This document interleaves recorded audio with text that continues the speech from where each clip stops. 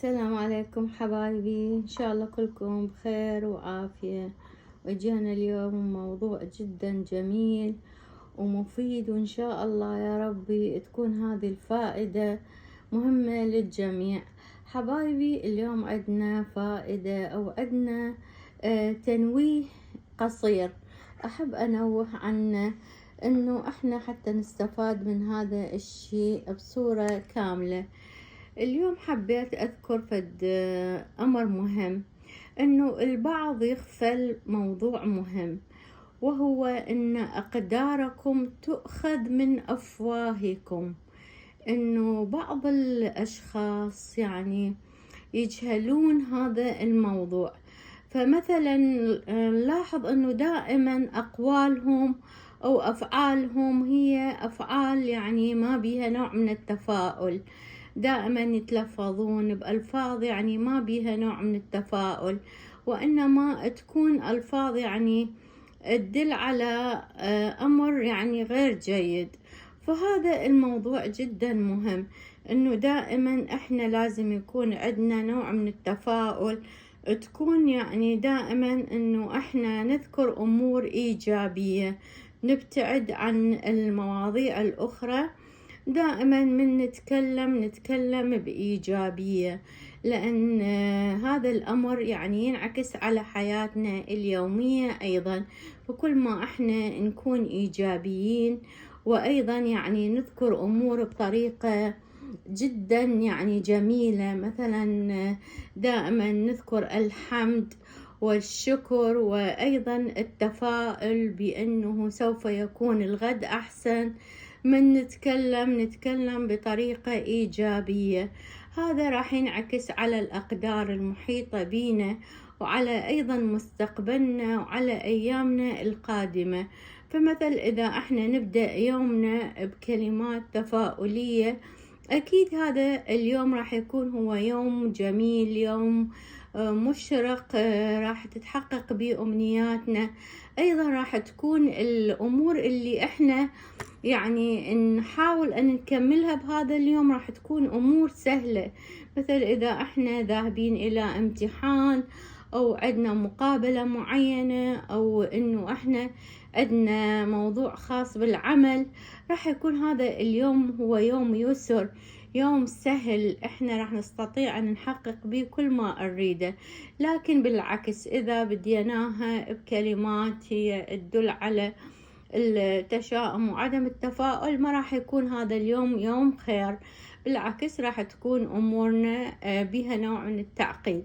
فإحنا دائما نحاول ونركز على هذا الأمر المهم جدا، إنه دائما نلتجئ إلى التفاؤل في كل أمورنا، ما تكون نظرتنا نظرة يعني بعيدة عن الواقع، أو نظرة بها نوع من أنه مثلا أنا ذاهب إلى عمل معين، أو إلى مقابلة، أو أي شيء آخر، أنا لازم أكون إيجابية، إنه هذا الأمر راح ينتهي على خير، إنه هذا الموضوع راح يكون هو يعني الأمر هذا راح يكمل مثل ما أني أريد. ما تكون نظرتنا نظرة بعيدة عن الواقع، أو نظرة بها نوع من إنه أنا ما راح أكمله، أو هذا الموضوع هو أني يعني ما عندي أي تفاؤل به، إنه راح يكون يعني ينتهي على خير. هذا راح ينعكس على كل أمور حياتنا، راح ينعكس على كل طبيعة الأمور المحيطة بنا. بس بالعكس إذا احنا كنا متفائلين إنه هذا الموضوع راح ينتهي على خير، وإنه موضوع سهل، راح نجد إنه هذا الأمر راح يتيسر بسهولة وراح ينقضي، ما راح يكون أمر يعني بنوع من عدم السهولة. فدائما مثل ما يقال إن مع العسر يسر، دائما إنه إحنا يعني نتوقع إنه راح الأمور تتيسر بسهولة حتى ينطبق على حياتنا اليومية، ونلاحظ إنه أمورنا تيسرت. كل طالب اللي يذهب إلى الامتحان وهو يعتقد إنه راح تكون الأسئلة جدا بسيطة وسهلة وبها نوع من المرونة، فإنه نلاحظ إنه يعني حتى هو إذا كان الامتحان بنوع من الصعوبة بالعكس راح يتيسر، ويعني تكون النتيجة جدا جميلة، نتيجة مبهرة، لأن هو اتوقع اليسر في هذا اليوم، وتوقع إنه الامتحان جدا سهل. فراح عقله الباطني يعني يعطي صورة على إنه الامتحان بسيط، وإنه راح يقدر يجاوب بسهولة.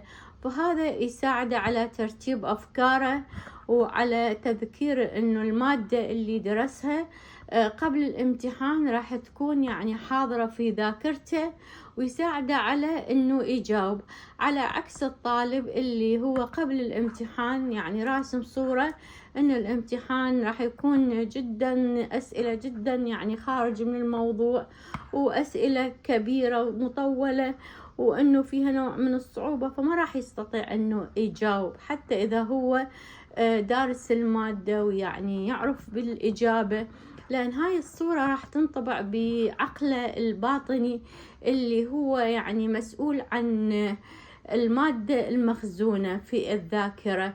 فما راح تكون مادة سهلة يعني بباله، حتى إذا هو يعرف الإجابة راح يحس إنه من بداية أول سؤال إنه أني الامتحان هذا مطول وامتحان معقد، ما راح أستطيع إنه أجد الإجابة السهلة، وما راح أصل إلى النجاح. فهذا راح يبقى الطبع يعني مسيطر عليه، وراح يبعده عن حل الأسئلة. فإحنا دائما أنا يعني ضربت هذا مثل بسيط، بما إذن كيف أمورنا الأخرى، كيف أمور حياتنا اليومية. فهذا المثل هو ينعكس على كل وضعنا العام، على كل حياتنا اليومية. فإحنا من نستقبل يومنا بطريقة جميلة، ونكون متفائلين، ويعني نتذكر إنه هذا الامتحان هو سهل وأني درست، أو إنه هاي المقابلة هي مقابلة العمل اللي أنا ذاهب لها، هي مقابلة سهلة وراح تكون يعني ميسرة من أول لقاء. فإحنا هذا راح ينعكس على كل هذه الأمور اللي إحنا نسعى إلها. فالهدف راح يكون سهل، وراح يكون هناك نوع من السهولة في هذا الأمر اللي إحنا ذاهبين له. إذن حبايبي دائما إحنا نطبق هاي النظرية، نظرية الإيجابية، نظرية استخدام المصطلحات السهلة في حياتنا. دائما نقول إن أمورنا سهلة، إنه حياتنا إيجابية، إنه الحمد لله على كل ما إحنا فيه. هذا راح ينعكس على يومنا، وراح ينطينا نتائج جدا سهلة ونتائج مبهرة، على العكس إذا كان يعني الهدف يختلف عن هذا الأمر. فحبيت أني أوضح هاي الموضوع الجميل، بما أنه إحنا على أبواب امتحانات، ونستقبل العام الدراسي بنوع من التفاؤل والروح المرحة، حتى يساعد أو يسهل على إداء الطالب بشكل جميل. وشكرا.